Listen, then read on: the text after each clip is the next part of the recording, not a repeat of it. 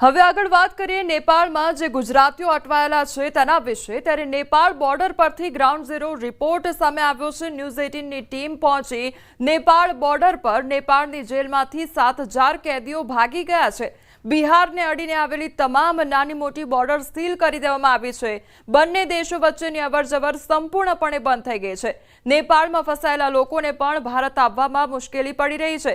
નેપાળમાં બગડેલી પરિસ્થિતિ વચ્ચે બધા લોકો સુરક્ષિત સ્થળો તરફ ભાગી રહ્યા છે।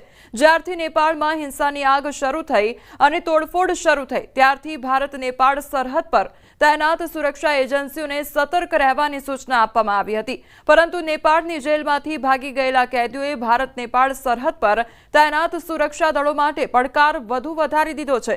સશસ્ત્ર સીમા બળ નેપાળની સશસ્ત્ર દળ પોલીસ પાસેથી માહિતી એકત્રિત કરી રહ્યું છે કે આ કેદીઓ કેટલા ખતરનાક છે, જેમણે તેમના દેશમાં ગુના કર્યા છે અને જેલમાં બંધ છે। ત્યારે હાલ તો ગુજરાતમાં પણ અનેક લોકો ફસાયા છે, તેમની પણ બચાવ કામગીરી હાથ ધરવામાં આવે છે।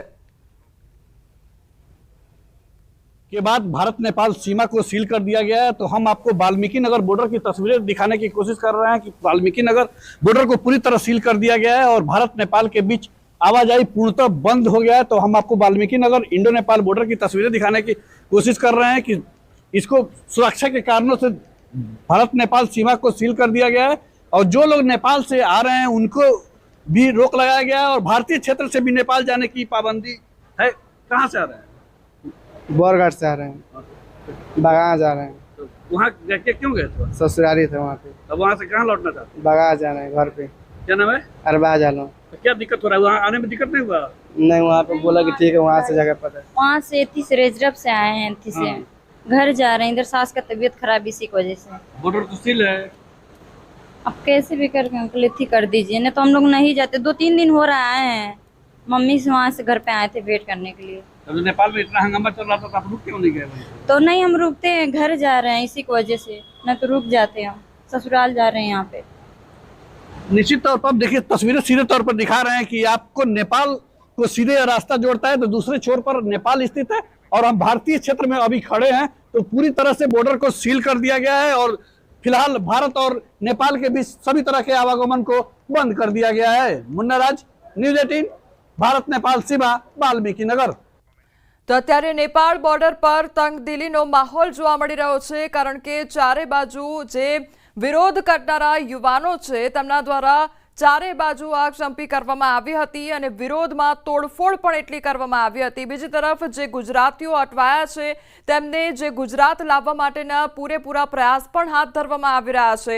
તમામ જે લોકો છે તે અત્યારે અટવાઈ ગયા છે, તેમને શું કરવું શું ન કરવું તેને લઈને ઘણા સવાલો છે। બીજી તરફ જે જેલના કેદીઓ છે તે પણ ભાગી છૂટ્યા છે। સુરેન્દ્રનગરના રતનપરનું દંપતી નેપાળના કાઠમંડુમાં હાલની પરિસ્થિતિમાં ફસાઈ ગયો છે। વિરમભાઈ ડાભી અને તેમના પત્ની ગૌરીબેન ડાભી 4 સપ્ટેમ્બરે નેપાળ ફરવા માટે ગયા હતા અને 9 સપ્ટેમ્બરે કાઠમંડુ પહોંચ્યા હતા, જ્યાં અલગ અલગ રાજ્યના 200થી વધુ પ્રવાસીઓ કાઠમંડુ ગૌશાળામાં રોકાયા હતા। દંપતીના કહેવા પ્રમાણે 5000થી વધુ લોકોના ટોળાએ ગૌશાળામાંથી તમામ પ્રવાસીઓને બહાર કાઢી ગૌશાળાને આગ ચાંપી દીધી હતી। ગઈકાલે તેમણે વિડીયો બનાવી સ્થિતિ જણાવી હતી। હાલ કાઠમંડુમાં શાંતિ હોવાનું અને પોતે હોટલ રામાનમમાં સલામત હોવાનું દંપતીનો દાવો છે। તો ભારત સરકાર તમામ ભારતીય પ્રવાસીઓને પરત લાવે તેવી માંગ છે। ચારે કોર આગ ચંપી, વાહનો સળગાવ્યા, બાઇક को સળગાવ્યા, પથ્થરમારો, ઇલેક્ટ્રિક સામાન, લાઇટોના થાંભલા તોડ્યા, સર્કિટ હાઉસ, પોલીસ સ્ટેશને આગ ચાંપી, પથ્થરમારો, બહુ તોફાન થયા। ચારે તરફ ધુમાડા ધુમાડા ગોટે ગોટા હતા। જોનાર વ્યક્તિના તો ધબકારા વધી જાય, હાર્ટ ફેલ થઈ જાય। અમે જે ગૌશાળા આશ્રમમાં ઉતરાતા એ ગૌશાળા આશ્રમમાં આશરે ઓછામાં ઓછા 250 જેટલા પરિવારો સાથે લોકો યાત્રાળુ હતા। જે દેવભૂમિ દ્વારકા જિલ્લાના ખંભાળિયાના 4 લોકો નેપાળમાં ફસાયેલા છે। તેઓ તમામ સુરક્ષિત હોવાનો વિડીયો મોકલી પરિસ્થિતિ જણાવી હતી, જેમાં વિરમદળ, કેશોદ ગામ, ગોલણ શેરડી, વડતરા ગામના 4 યુવાનો ફ્લાઇટમાં કાઠમંડુ ગયા હતા। અમે કાઠમાડુમાં, નેપાળના કાઠમાડુમાં સિટીમાં જઈએ અત્યારે. આમ જો કે પરિસ્થિતિ બધી આમ સારી છે અત્યારે, કોઈ પોઝિશન એવું ખરાબ નથી, ટૂંકમાં કોઈ એવી કોઈ તકલીફ નથી. પણ અમારે બહાર નીકળવું હોય, કોઈ જગ્યાએ જવું હોય તો એની કોઈ સેફટી નથી અત્યારે. કોઈ અત્યારે અહીંયા કોઈ તકલીફ નથી. અમે હોટલમાં સેફ છીએ અત્યારે, એકદમ સેફ છે, વ્યવસ્થિત છે. બાકી આમ કોઈ તકલીફ નથી. બાકી બહારના બીજા કોઈને જતું નથી. અને ઘરના કોઈને ઉપાધિ ન કરવાની જરૂર નથી. અને બહાર બીજા જે ફસાયેલા છે આપણા ઇન્ડિયન, ગુજરાતી, તો એને કોઈ એવી કોઈ પરિસ્થિતિ નથી. કોઈ ઇન્ડિયનને કોઈ હેરાન કરે એવું કોઈ નથી. હોટલમાં કોઈ તાળફોડ નથી. બધા વ્યવસ્થિત સેફ છે અત્યારે એમ. અન્ય સમાચાર પર નજર કરીએ તો બનાસકાંઠા પૂર પ્રકોપમાં અંબાજી મંદિર ટ્રસ્ટ પણ પીડિતોની વારે આવ્યું છે, જેમાં 50,000 ફૂડ પેકેટ અને 1 લાખ જેટલી પાણીની બોટલ અસરગ્રસ્ત ગામોમાં વિતરણ અર્થે અંબાજીથી રવાના કરવામાં આવી છે. ટ્રસ્ટના અધિક કલેક્ટર કૌશિક મોદીએ જણાવ્યું હતું કે જો હજી વધુ જરૂરિયાત જણાશે તો વધુ ફૂડ પેકેટ અને પાણીની બોટલો મોકલવામાં આવશે. એટલું જ નહીં, અન્ય સેવાભાવી સંસ્થાઓએ પણ આવા અસરગ્રસ્ત લોકોની વારે આવવા અપીલ કરી હતી.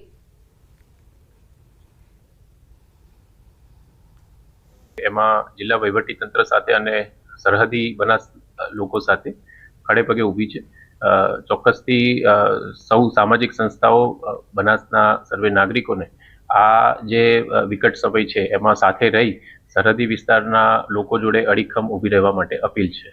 વાવ, થરાદ અને સુઈગામ વિસ્તારમાં જે વરસાદી તારાજી સર્જી છે અને અનહદ પડેલા વરસાદના કારણે જનજીવન જે ખોરવાયું છે, તેના કારણે હજારો લોકો જે છે એ તેમને ખાધા ખોરાકીની પણ મુશ્કેલી પડી રહી છે. ત્યારે ચોક્કસપણે આપણે બતાવવા માંગીશ કે અંબાજી મંદિર દેવસ્થાન ટ્રસ્ટ દ્વારા પણ તેમને વહારે આવ્યું છે અને લગભગ 50,000 જેટલા ફૂડ પેકેટો તૈયાર કરવાની કામગીરી પૂરજોશમાં ચલાવવામાં આવી રહી છે. અને આ 50,000 જેટલા ફૂડ પેકેટ છે એ ફૂડ પેકેટ વાવ થરાદ વિસ્તારમાં ત્યાં આંગળી જે અસરગ્રસ્તો છે, અસરગ્રસ્તો પાસે મોકલવામાં આવશે. અને હાલ તબક્કે જોઈ રહ્યા છો જે રીતે પૂર ઝડપમાં જે ફૂડ પેકેટ બનાવવાની કામગીરી ચાલી રહી છે. અને ખાસ કરીને બતાવવા માંગીશ કે આ આટલું જ નહીં, ફૂડ પેકેટની સાથે પાણીની પણ મોકલવાની વ્યવસ્થા અત્રેથી કરવામાં આવશે. અને આપણે ચોક્કસપણે જે ફૂડ પેકેટ હાલ તબક્કે બનાવવાની કામગીરી ચાલી રહી છે એમને પૂછવા માંગીશું, હાલ આ કઈ કામગીરી ચાલી રહી છે અને શા માટે ચાલી રહી છે? બનાસકાંઠા જિલ્લામાં વધુ વરસાદના કારણે વાવ અને સુઈગામ તાલુકો જે અસરગ્રસ્ત બન્યો છે એના હિસાબે લોકોને હાલાકી ભોગવવી પડે છે.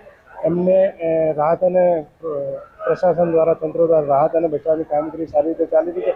પણ એમને ફૂડ મળી રહે એ માટે અહીંયા અંબિકા ભોજનાલય અને અંબિકા માતા દેવસ્થાન ટ્રસ્ટના સંયુક્ત અમે 50,000 જેટલા ફૂડ પેકેટોની તૈયારી કરી છે અને 1 લાખ જેટલી પાણીની બોટલો અહીંથી અંબાજીથી રવાના કરીશું અને ત્યાં જરૂરિયાતમંદોને ઉપલબ્ધ કરાવીશું.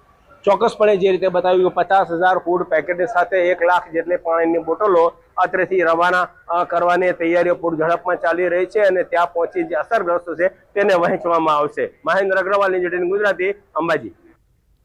અમરેલી જિલ્લામાં બિસ્માર માર્ગો અને